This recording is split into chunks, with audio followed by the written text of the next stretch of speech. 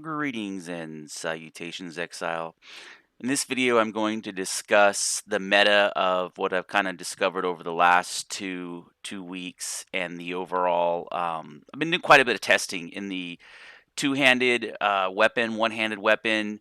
You know, what they've done is they've come out with a bunch of new weapons, or I should say, they've reuse some of the assets. And just a kind of a brief description of what an asset is like when they 3D model a tool or a animal, that's considered an asset. A weapon, that's an asset. And so what they've done is like the Dragon Bone weapons. You know, they've called them the executioner weapons, and they've added them to one of the bosses in the executioner cave, and they've just reused the Dragon Bone stuff, and they've kind of modified the stats in order to give a little bit more variety in the game. And so they've reused the assets. So I've been kind of collecting all these assets. I haven't gotten into the single player mode like I traditionally do and try to farm some of this stuff out. The big thing, or the big proponent of what I've been trying to do, is just play the game, just enjoy the game. You know, because there's a lot of stuff. So there's a few things I've noticed. They did that little hot fix, and one of the things they didn't talk about in the hot fix is they significantly reduced the amount of drop rate of stuff. I know it's probably been cut in half from what it used to be. Like, for example, I had that helmet you wore, and when you wore that helmet, it would repair your items, your weapons, anything that you pretty much had equipped in your hot bar. They said except for the shield, and I didn't test it on the shield, but all your crafting tools, picks, axes, daggers, swords, everything, and there was kind of a way to cheese it a little bit. If you just went into the snow area, you know, frostbite or heat stroke, that was the most efficient way because it was directly tied to the depletion of your hit points. You know, because when you take damage, ultimately you take um, you take armor damage as well, and that's expensive. But if you just strip down naked and get frostbite, that's the best way. Or the gas cloud. I think the frostbite though is a little bit more controllable. So, anyways, back to my original topic. I know I drift a little bit, but the the weapons, right? So I've been trying to isolate the metric. So I use the same thrall, and not all thralls are created equal. They rebalanced all the thralls, and some do. And that I did a series of testing. So like I give them all the same weapon, I fight the same animal, and I time it. And my best result so far was 1 minute and 38 seconds.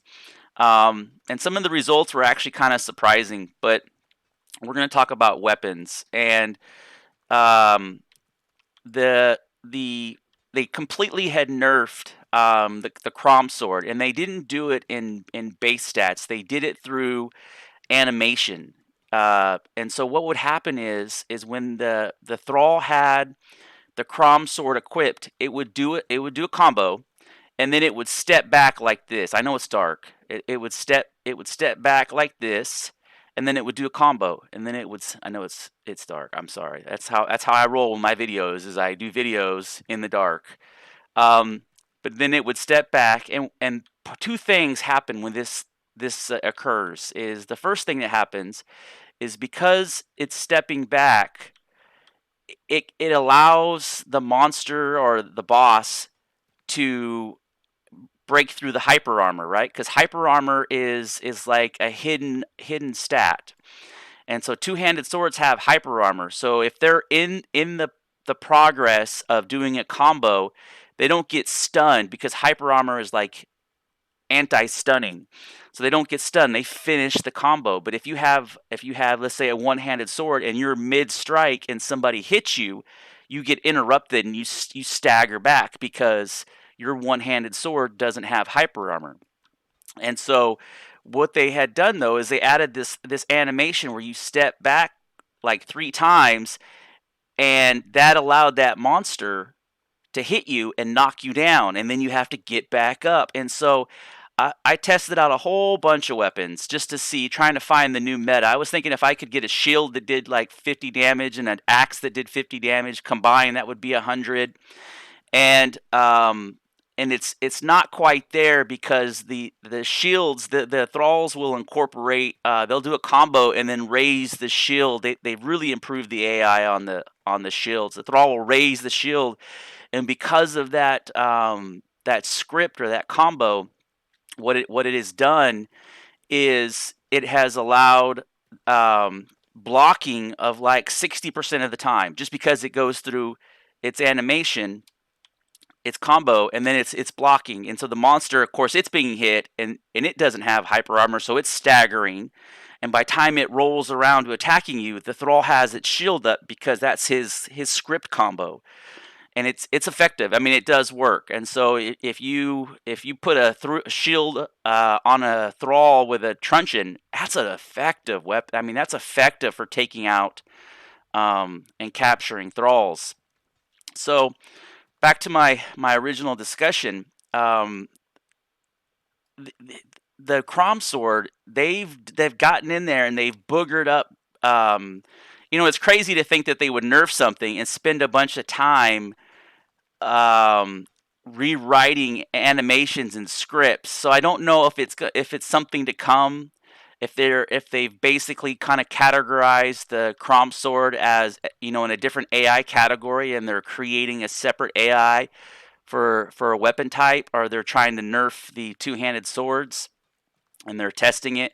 So my test, and I got two monsters that I use as a metric, and one of them is a knockdown monster, and one of them is, like a stagger monster. And the reason why I do the knockdown monster, because it's a good indicator if, on your hyper armor. So with the Crom Sword and killing the baby dragons, the Crom Sword would take 50 seconds to kill the baby dragon. I could use a two-handed, I'm sorry, I could use a dragon bone spear with the enhancement kit. So that gets me, I think that gets me to 62 damage, and it would kill that baby dragon in 24 seconds. Very effective. And because of the extended reach, even if it got knocked down, it was easier to close the gap and start the combo better. Like, it started it, sooner and more efficiently because of that extended range, just like that dragon was in the hitbox. Um, so the one thing I noticed was, I tried it with, the dragon bone two-handed sword. In my book, the dragon, bone two-handed sword is probably the top three weapons in the game. It's just, part of it is its accessibility, and then part of it is its maintenance, because once you use you only need the bones to repair it, and it's like one bone, so it's just super easy to keep in the game. It's just super easy to keep operational and functional at a very minimal cost. And same thing with the daggers. So, for the Dragon Bone two-handed sword, I got it down to like 22 seconds, which was, very, very, really decent. I've tried about eight two-handed swords that are kind of all around that range, and sometimes you don't get the exact same results. Like, sometimes it'll finish him off, and he'll just have a sliver of life left, and but I started doing averages, and I started writing them down just to kind of keep track. I tried it with two-handed maces. The sad thing about two-handed maces is, I think they need to go a different route with the two-handed maces. Um, with the two-handed maces, they need to go with a harder hit but a bigger stamina dump. Instead of trying to kind of mimic the characteristics of the, two-handed sword, they just need to go with a giant, make it kind of like the Crom Sword. Just go with a giant, crushing blow, and have it be that great big stamina. So you might only get three hits with it, but, that's devastating. So you just cannot get connected with the two-handed. And I think that with the two-handed mace, that would kind of make it, unique, because right now it just doesn't compare. It's just not. It's so close. It's so comparable. It's almost like, well, why differ from it? And I know this is kind of some discussion and thoughts, but I'm kind of shaping your understanding of, some of the challenges that I'm going through and then realizing characteristics and kind of sharing that with you to kind of help flesh out your understanding of the game, and then your gameplay will improve significantly from it.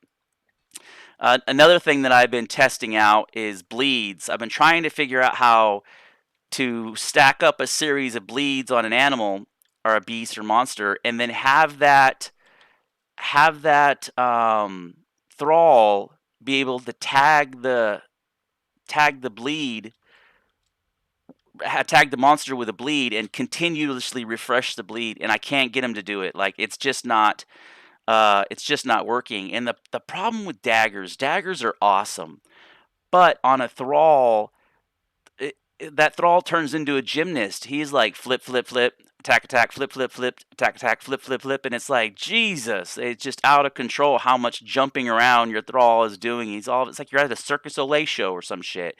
Flip, flip, flip, and so the damage output is reduced so much because his ass is jumping around. It's just not efficient. You need that thrall because of the way the systems work. Okay, just kind of a refresher. Thralls don't use secondary attributes. They just use your raw armor. So like when I look at my thrall here, he just uses his raw armor of 686 and his hit points. So any of these attributes that he has, the vitality doesn't factor in to his raw hit points. Otherwise, this thing would say 990 and 52. And so a second or third tertiary attributes don't really, I guess that would be the third attribute, don't really take into effect on thralls. So knowing that, they just all become heavy tanks. Like it doesn't have any purpose to equip them with light armor because they don't ever combat roll out of out of a situation. They just don't have the script for it. But when you equip them with daggers, they do backflip out of the situation, but you don't have the weight restrictions. Like there's no reason to put light armor because they don't have the same restrictions that you have with light armor. So you're really the only viable option is heavy armor, and same thing with the raw damage. Same thing with the raw damage, and so you don't like the swords that have all these other effects. They don't really play into it. So daggers, I feel like they need to go in there and redo the script for dagger AI, but there's no way to maintain the bleed in combination with your attack. Like the thrall stacking that bleeds, and you're stacking bleeds, and your bleeds are refreshing the thrall's bleeds. Like I just haven't been able to get it to work out functionally to where the damage is comparable to just giving your thrall a beast two-handed sword and having them wreck the enemy. And so I've had really good results with. I picked up this axe that had some crit on it and the shield, and it came really close to. There are some viable one-handed options that come really, really close to the two-handed, spear or the two-handed sword option. But those are your really your best bets is the a two-handed sword for your thrall. Unless you have a truncheon and you're kind of doing unless you kind of got a unique build or you're doing maybe he's got lesser hit points and you're trying to keep giving him a little bit more survivability, like using that shield that comes off the scorpion that gives him an extra 1,000 armor, because the armor makes a big difference. The armor value makes a huge difference. It gives them a tremendous amount of survivability. That stuff scales nicely, and so, what I found out is the best, and here it is. I know you've been listening this whole time trying to get to the end. Is the blade of the adventurer, and its base stats are, and I'm not gonna post this in a way like it pisses me off when the YouTubers are like, here's the item right here. This is the spot. Go get it for yourself. Have fun. And it's like cheap views, and so they They don't get into any technicality. They don't tell you why it's good. They don't tell you. They don't speak to systems. So Blade of the Adventure. Um, it comes out of a chest. One out of one of the new some of the new content they've added, and it's just a random. So what I noticed is some of the chests have different loot tables, and it comes out of one of those chests in the new one of the dungeon or mini dungeons. It's not really a mini dungeon. They've just added some bosses, but Blade of the Adventure is what it is, and it's in the desert. If you look in the desert, east of the river, hint, east of the river in the desert, Blade of the Adventure. It's got 86 raw damage, and um, and if you add a weapon enhancement, it'll get you to 80. I'm sorry, 76 raw damage. It gets you to 81, and it'll kill a bat boss in a minute and 37 seconds, which is really respectable. And it's almost it's almost what a Crom sword is, but you don't get into that step back animation. Um, and so it still has the old animation, and I don't know if the Crom animation is because of the stamina dump. So maybe they've tried to engineer stats into the thralls, and maybe that's what it is. And so he staggers back because he has no stamina, and that's possible. They've tried to make these secondary attributes kind of basically keep the development of the thralls, and in the process, by improving AI and tertiary stats, third effects, they've kind of wonkered up some of the combat styles unknowingly. But yeah, as always, like and subscribe, and be critical. And on that topic of be critical, I watched a video today of a guy who was been working on a project for like 10 years, and he said he welcomed criticism, but there's a difference between criticism and haters. Haters are just negative, and criticism is critical thinking. And with abstract kind of thought. And I was like, he's right. There's a difference between criticism and haters. And so I actually prefer the haters. So if you want to be a hater, man, you're more than welcome to post it on the forums. I mean, on the comments below. Thank you for watching.